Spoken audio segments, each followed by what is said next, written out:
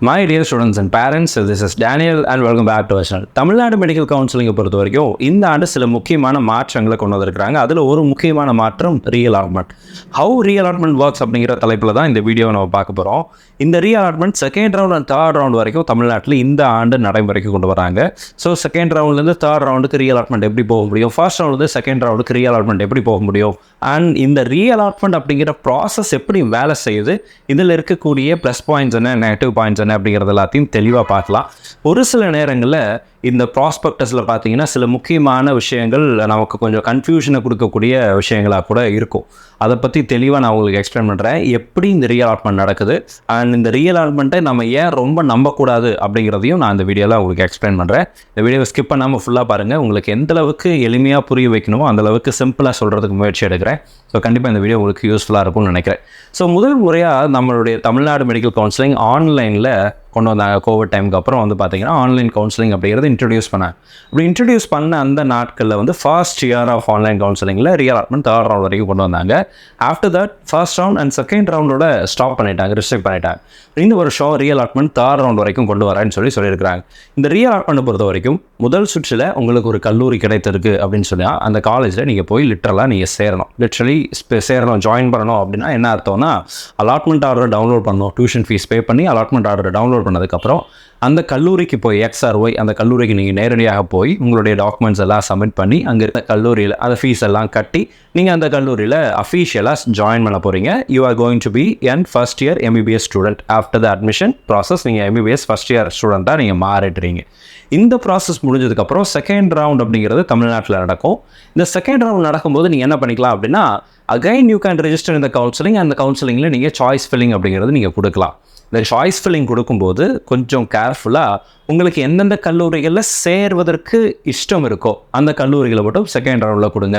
பொதுவாக இந்த கவுன்சிலிங்கை பொறுத்த வரைக்கும் எல்லா ஆண்டுகளையும் தமிழ்நாடு மெடிக்கல் கவுன்சிலிங்கிலேருந்து மெடிக்கல் செலெக்ஷன்லேருந்து ஒரு இன்ஸ்ட்ரக்ஷன் கொடுப்பாங்க. அதில் candidate should be vigilant in choice filling அப்படிங்கிற ஒரு விஷயத்தை வந்து ஆட் பண்ணியிருப்பாங்க. இது வந்து ஒரு காமன் டர்ம். ரொம்ப விஜிலண்ட்டாக இருக்கணும், ரொம்ப கேர்ஃபுல்லாக இருக்கணும், ரொம்ப கவனமாக இருக்கணும் அப்படின்னு சொல்லுவாங்க. ஏன் சொல்கிறாங்க அப்படின்னு கேட்டிங்கன்னா செகண்ட் ரவுண்டில் உங்களுக்கு ஒரு காலேஜ் கிடச்சிருச்சுன்னா ஃபர்ஸ்ட் ரவுண்டில் கிடைச்ச கல்லூரி அப்படிங்கிறது அந்த சீட்டுங்கிறது கேன்சல் ஆயிரும். செகண்ட் ரவுண்டில் உங்களுக்கு கிடைச்ச காலேஜ் பிடிக்குதோ பிடிக்கலையோ அந்த கல்லூரியில் தான் நீங்கள் MBBS அப்படிங்கிறது சேர்ந்து படிக்க முடியும். இதுதான் நடைமுறை. இந்த ஆண்டும் இதுதான் நடைமுறை. இதில் எந்த விதமான மாற்றங்கள் இல்லை. அப்போ செகண்ட் ரவுண்டில் நீங்கள் போடக்கூடிய கல்லூரி உங்களுக்கு பிடித்த கல்லூரியாக இருக்கணும். அப்படி இருந்தால் மட்டும்தான் நீங்கள் என்ன பண்ணணும் அப்படின்னா போடணும். இன்னும் சிம்பிளாக சொல்லணும் அப்படின்னா ஃபர்ஸ்ட் ரவுண்டில் உங்களுக்கு ஒரு XRYங்கிற ஒரு காலேஜ் கிடச்சிருக்கு. மேபி அது ப்ரைவேட் காலேஜாக இருக்கலாம், அல்லது கவர்மெண்ட் காலேஜாக இருக்கலாம், அது நீல்கிரிஸாக இருக்கலாம், நாகப்பட்டினமாக இருக்கலாம், அல்லது நந்தா காலேஜாக இருக்கலாம், PSP காலேஜாக இருக்கலாம், வாட் எவர் த காலேஜ், ஓகேங்களா, எந்த கல்லூரியாக வேணால் இருக்கலாம். கடைசியாக இருக்கக்கூடிய தனியார் மருத்துவக் கல்லூரிகள் அல்லது கடைசியாக இருக்கக்கூடிய தனியார் அரசு மருத்துவக் கல்லூரிகள் இந்த சீட்ஸில் நீங்கள் இருந்திருக்கலாம், அல்லது மின் பிட்வீனில் கூட ஏதோ ஒரு காலேஜில் நீங்கள் இருக்கிறீங்க. அந்த காலேஜ்லேருந்து செகண்ட் ரவுண்டுக்கு ரீஅலாட்மெண்ட் போகிறீங்க. ரீஅலாட்மெண்ட் அப்படின்னா அப்கிரேடேஷன் அப்படிங்கிற டேர்மை நம்ம யூஸ் பண்ணலாமே. அப்கிரேடேஷன் போகிறீங்க அப்படின்னா இந்த காலேஜ் எனக்கு ஓகே, இதை விட பெட்டராக ஏதாவது ஒரு காலேஜில் எனக்கு சீட்டு கிடச்சா நான் போய் சேர்ந்துக்கிறேன் அப்படின்னு நினைக்கக்கூடிய கல்லூரிகளை மட்டும் செகண்ட் ரவுண்ட் சாய்ஸ் ஃபில்லிங்கில் நீங்கள் கொடுக்கணும். நான் சொல்கிறது உங்களுக்கு புரியும்னு நினைக்கிறேன். உங்களுக்கு ஒரு காலேஜ் கிடச்சிருக்கு, செகண்ட் ரவுண்டில் இதை விட பெட்டர், ஓகே இந்த காலேஜ் எனக்கு கிடச்சிச்சின்னா நான் போய் அங்கே சேர்ந்துருவேன், ஜாயின் பண்ணிவிடுவேன் அப்படின்னு நீங்கள் நினைக்கக்கூடிய கல்லூரிகளை மட்டும்தான் செகண்ட் ரவுண்டில் நீங்கள் கொடுக்கணும். செகண்ட் ரவுண்டில் அலாட் ஆனதுக்கப்புறம் அந்த கல்லூரி எனக்கு பிடிக்கல அப்படின்னு சொல்லி நீங்கள் சொல்ல முடியாது. நீங்கள் சொன்னாலும் அந்த காலேஜில் தான் நீங்கள் சேர்ந்தாக வேண்டிய கட்டாயம் அப்படிங்கிறது இருக்கும். ஃபஸ்ட் ரவுண்ட் சீட்டை வேறு ஒரு கேண்டிடேட்டுக்கு அலாட் பண்ணிடுவாங்க. உங்கள்கிட்ட எந்த விதமான சீட்டும் இருக்காது. ஈவன் தோ நீங்கள் ஃபீஸ் எல்லாம் பே பண்ணியிருந்தால் கூட அந்த சீட் உங்களுடைய சீட்டு கிடையாது. Because you have participate in the second round and second ரவுண்டில் உங்களுக்கு ஒரு காலேஜ் அலாட் ஆகிடுச்சு அப்படின்னா அந்த ஃபர்ஸ்ட் ரவுண்ட் சீட்டை உங்களால் கிளைம் பண்ணவே முடியாது. அது வேற ஒரு மாணவருக்கு கொடுக்கப்பட்டு விடும். ஒருவேளை செகண்ட் ரவுண்டில் சீட்டு கிடைக்கலைன்னா ஃபர்ஸ்ட் ரவுண்ட் காலேஜ் சீட்லேயே நீங்கள் ரீடைன் பண்ணிக்கலாம். அந்த சீட்டு உங்களுடைய சீட்டாகவே இருக்கும். இதுதான் ரீஅலாட்மெண்ட் அப்படிங்கிற கான்செப்ட். இந்த ரீஅலாட்மெண்ட்டில் சாய்ஸ் ஃபில்லிங் அப்படிங்கிறது ரொம்ப ரொம்ப முக்கியம். ஏன் அப்படின்னா நீங்கள் செகண்ட் ரவுண்டில் அண்ட் ஃபர்ஸ்ட் ரவுண்டில் எந்தெந்த கல்லூரிகளாக வேணும்னு நீங்கள் கொடுக்குறீங்களோ அதில் ஒரு கல்லூரியை தான் உங்களுக்கு கொடுக்க போகிறாங்க. அப்போது உங்களுக்கு ஃபஸ்ட்டு சாய்ஸ் ஃபில்லிங் கொடுக்கும்போது ஒரு கல்லூரி பிடித்து போய் அந்த காலேஜில் சீட்டு கிடச்சா போதும்னு சொல்லி நம்ம சாய்ஸ் ஃபில்லிங் கொடுத்துட்டு செகண்ட் ரவுண்டில் அந்த காலேஜ் வந்ததுக்கப்புறம் இல்லை எனக்கு இந்த காலேஜ் பிடிக்கல அப்படின்னு மாற்றி சொல்கிறது அப்படிங்கிறது வந்து சரியான விதமாக இருக்காது. அதை தமிழ்நாடு மெடிக்கல் செலெக்ஷன் கமிட்டி வந்து அக்செப்ட் பண்ண மாட்டாங்க. அதனால் என்ன பண்ணிடுவாங்க அப்படின்னா செகண்ட் ரவுண்டில் உங்களுக்கு காலேஜ் கிடச்சிருச்சுன்னு வச்சுக்கோங்களேன், அந்த காலேஜ் வேண்டான்னு சொன்னீங்கன்னா நீங்கள் என்ன பண்ணிக்கலாம்னா ஃப்ரீ எக்ஸிட்டில் வெளியே வந்துக்கலாம். அண்ட் செகண்ட் ரவுண்டு விட்டுட்டு தேர்ட் ரவுண்டில் நீங்கள் என்ன பண்ணலாம் அப்படின்னா பார்ட்டிசிபேட் பண்ணலாம் அப்படின்னு சொல்லி இப்போ இருக்கிற நடைமுறையில் கொண்டு வந்திருக்காங்க. There is a free exit even in the second round அப்படிங்கிறத சொல்லியிருக்கிறார். இப்போது இந்த இடத்துல ப்ராஸ்பெக்டஸில் ஒரு முக்கியமான ஒரு காலம் ஒன்று கொடுத்துரு, ஒரு கிளாஸ் ஒன்று கொடுத்துருக்காங்க. இந்த இடத்துல பாருங்களேன், இது கவர்மெண்ட் கோட்டா ப்ராஸ்பெக்டஸ்லையும் இருக்கும், மேனேஜ்மெண்ட் கோட்டா ப்ராஸ்பெக்டஸ்லையும் இருக்கும். ரவுண்ட் 3ல் அல்லது ரவுண்ட் 2ல் இந்த இன்ஸ்ட்ரக்ஷன் அப்படிங்கிறது கொடுத்துருப்பாங்க. Reallotment. If the candidate is re-allotted in round 2, then the MBBS or BDS seat allotted to the candidates during round 1 of counseling will be allotted to the other candidates in descending order, not in ascending order அப்படிங்கிற ஒரு விஷயத்த சொல்லியிருப்பாங்க. இது என்ன sir descending and ascending? இதை பற்றி நம்ம கடந்த சில வருடங்களாகவே இந்த ஆன்லைன் கவுன்சிலிங் வந்ததுலேருந்தே எல்லா வருஷமும் இதை பற்றி நான் வீடியோ அப்படிங்கிறது போட்டுகிட்டே வரோம். இந்த டிசெண்டிங் அண்ட் அசெண்டிங் அப்படிங்கிறது என்னென்னா, நான் உங்களுக்கு எக்ஸாம்பிளோட காமிக்கிறேன். ரேங்க் வைஸ் தான் காலேஜ் அப்படிங்கிறது அலாட் ஆக போகுது. There is a system and that system is going to allot a particular seat to particular candidates.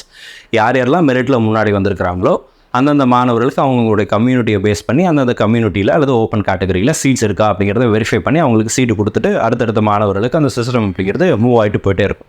இப்போ உங்களுக்கு புரியணுங்கிறதுக்காக எக்ஸாம்பிளுக்காக நான் ஒரு அலாட்மெண்ட் லிஸ்ட் அப்படிங்கிறத காமிச்சிருக்கிறேன். அண்ட் இதில் வந்து பார்த்தீங்க அப்படின்னா ஜென்ரல் ரேங்க் நான் காமிச்சிருக்கிறேன். இது எல்லாமே நம்ம ரேண்டமாக நம்ம வைக்கிறது தான். இதில் கம்யூனிட்டி டிஸ்பிளே பண்ணியிருக்கிறேன். ஃபஸ்ட் ரவுண்டில் அவங்களுக்கு எந்தெந்த கல்லூரிகள் கிடைத்திருக்குது அப்படின்னு சொல்லி ரேண்டமாக நம்ம போட்டிருக்கோம். இது லாஸ்ட் இயர் டேட்டா கிடையாது, இந்த வருஷம் நம்மளா அசியூம் பண்ணிக்கோங்க, இப்படி நம்ம புரிஞ்சுக்கணுங்கிறதுக்காக கொண்டு வந்த டேட்டா. 1500வது ஜென்ரல் ரேங்க் இருக்கக்கூடிய மாணவர் அவங்களுக்கு வந்து வேலம்மாள் மெடிக்கல் காலேஜ் வந்து சீட்டு கிடச்சிருக்கு அப்படின்னு சொல்லி நம்ம என்ன பண்ணுறோம் அப்படின்னா எடுத்துக்கொள்கிறோம். சரிங்களா? வேலம்மாள் மெடிக்கல் காலேஜ் ஃபர்ஸ்ட் ரவுண்டில் அவங்களுக்கு சீட்டு கிடைத்ததாக நம்ம எடுக்கிறோம்.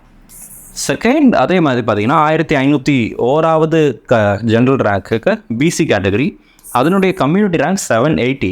இந்த மாணவருக்கு செங்கல்பட்டு மெடிக்கல் காலேஜ் கிடச்சிருக்குது, கவர்மெண்ட் மெடிக்கல் காலேஜ் செங்கல்பட்டு கிடச்சிருக்குன்னு சொல்லி எடுத்துக்கிறோம். சரிங்களா? 1502 பிசி 781, 80லேருந்து 81 இவருக்கு ஓமந்தூரார் அப்படிங்கிற அரசு மருத்துவக் கல்லூரி கிடைத்திருக்கிறது. 1503 பிசிஎம், இந்த பிசிஎம்மோட கம்யூனிட்டி ரேங்க் 150, இவருக்கும் ஓமந்தூரார் அப்படிங்கிறது கிடச்சிருக்கு. அண்ட் 1533 பார்த்தீங்கன்னா 1503லேருந்து 33 இடையில நிறைய கேண்டிடேட்ஸ் இருக்காங்க. நான் வந்து என்ன பண்ணியிருக்கேன் அப்படின்னா உங்களுக்கு புரிகிறதுக்காக நான் எடுக்கிறேன். 1533 பிசி 813வது கம்யூனிட்டி ரேங்க்கில் இந்த மாணவருக்கும் ஓமந்தூரார் அப்படிங்கிறது கிடைக்குது. 1545 அதே மாதிரி எஸ்சி கேட்டகரியில் 520வது கம்யூனிட்டி ரேங்க்கில் ஓமந்தூரார் அப்படிங்கிற சீட் வந்து இந்த மாணவருக்கும் சீட்டுங்கிறது அலாட் ஆகுது. இப்போ 1550வது ஜெனரல் ரேங்க்கில் பிசியில் 829வது கம்யூனிட்டி ரேங்க்கில் இருக்கார். இவருக்கு செங்கல்பட்டு அப்படிங்கிற காலேஜ் வந்து ரவுண்டு 1ல் சீட்டுங்கிறது அலாட் ஆயிருக்கு. சரிங்களா? ஃபர்ஸ்ட் ரவுண்டில் சீட் அலாட் ஆயிருக்கு.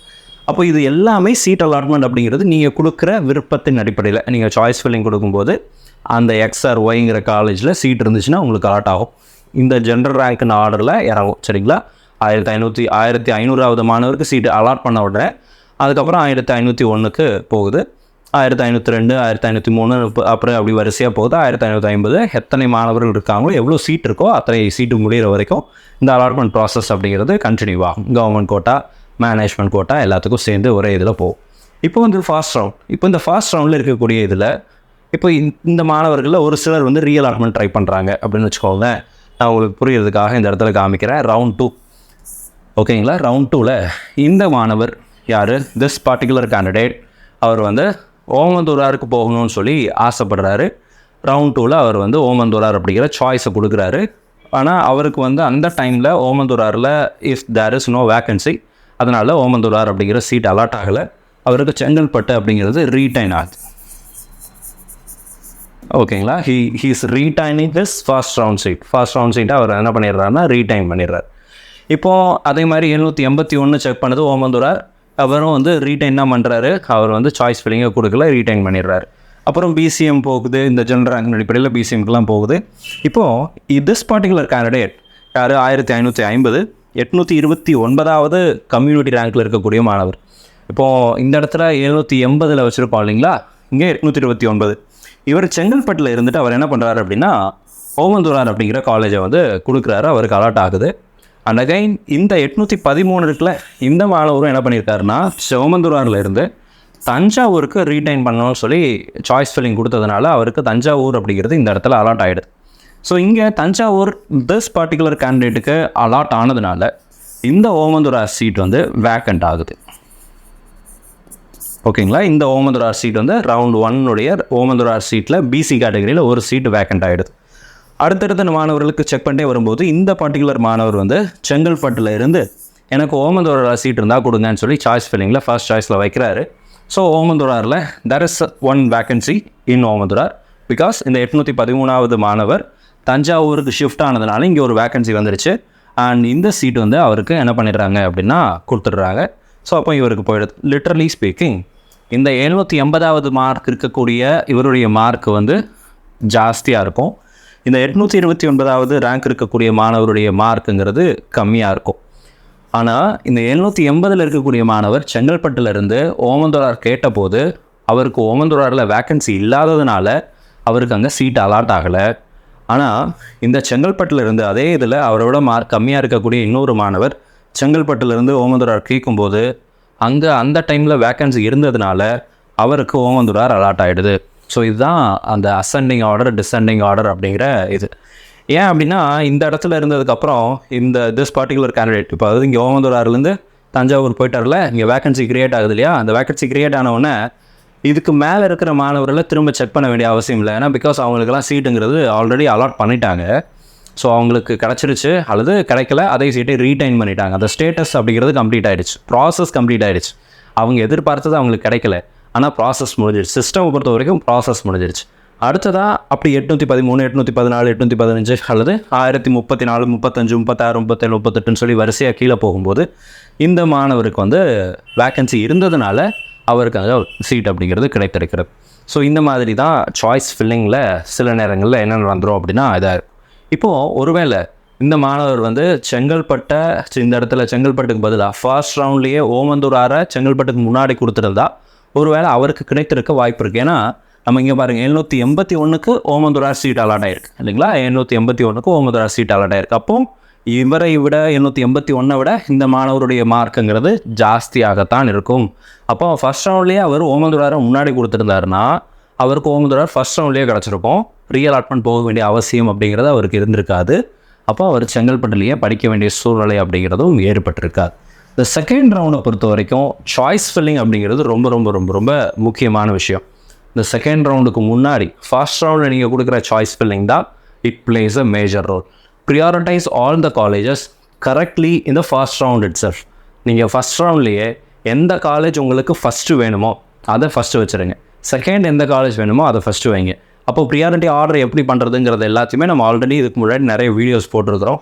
காலேஜஸ் எப்படி ப்ரியாரிட்டைஸ் பண்ணுறது அப்படிங்கிறத கூடிய சீக்கிரத்தில் அடுத்தடுத்த வீடியோவில் நான் உங்களுக்கு சொல்கிறேன். தமிழ்நாடு ஃபுல்லாக இருக்கக்கூடிய அரசு மற்றும் தனியார் மருத்துவக் கல்லூரிகளில் ப்ரியாரிட்டி ஆர்டர் எப்படி இருக்கலாம் அப்படிங்கிறத நான் உங்களுக்கு காமிக்கிறேன்.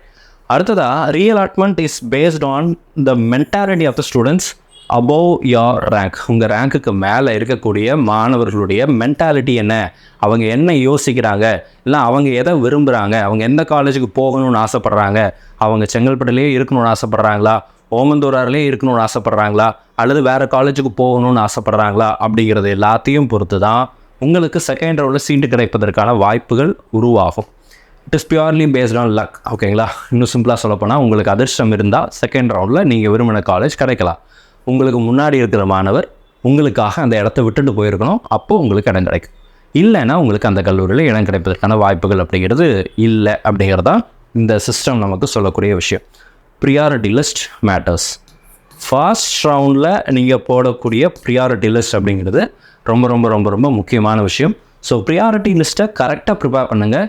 அப்போ தான் நம்மளால் ஃபஸ்ட் ரவுண்ட்லேருந்து செகண்ட் ரவுண்டுக்கு போகும்போது ஏற்படக்கூடிய இந்த மாதிரியான இழப்புகளை நம்மளால் சரி செய்ய முடியும். முதல்ல இன்கேஸ் நீங்கள் வந்து எம்எம்சி தான் ஃபஸ்ட்டு சாய்ஸ்னால் எம்எம்சியை ஃபஸ்ட்டு வைங்க. இல்லை எனக்கு எம்எம்சியில் சீட்டு கிடைக்கிறதுக்கு முன்னாடி எனக்கு கோயம்புத்தூரில் சீட்டு கிடச்சா நான் கண்டிப்பாக சேர்ந்துருவேன்னா கோயம்புத்தூரை முன்னாடி வைங்க. What is your priority? உங்களுக்கு எந்த கல்லூரி முதல்ல பிடிக்கும், எந்த காலேஜில் சீட் கிடச்சா நீங்கள் சேர்வதுக்கு அதிகமாக ஆசைப்படுறீங்க அப்படிங்கிறத பேஸ் பண்ணி காலேஜஸை வரிசைப்படுத்துங்க. தனியார் மருத்துவக் கல்லூரிகளுக்கும் இதே தான், அரசு மருத்துவக் கல்லூரிகளுக்கும் இதே தான், பிடிஎஸ் காலேஜஸ்க்கும் இதே தான், அரசு பல் மருத்துவக் கல்லூரிகளுக்கும் இதே ஆர்டர் அப்படிங்கிறத ஃபாலோ பண்ணலாம். நீங்கள் எந்தெந்த காலேஜில் சேரணும்னு ஆசைப்பட்றீங்களோ அதை கரெக்டாக ப்ரியாரிட்டைஸ் பண்ணி ஃபர்ஸ்ட் ரவுண்ட்லேயே கொடுத்துருங்க. அப்போ தான் உங்களுக்கு நீங்கள் விரும்பின கல்லூரி கிடைப்பதற்கான வாய்ப்புகள் அப்படிங்கிறது உருவாகும். செகண்ட் ரவுண்டில் வந்து it is purely based on luck and the time.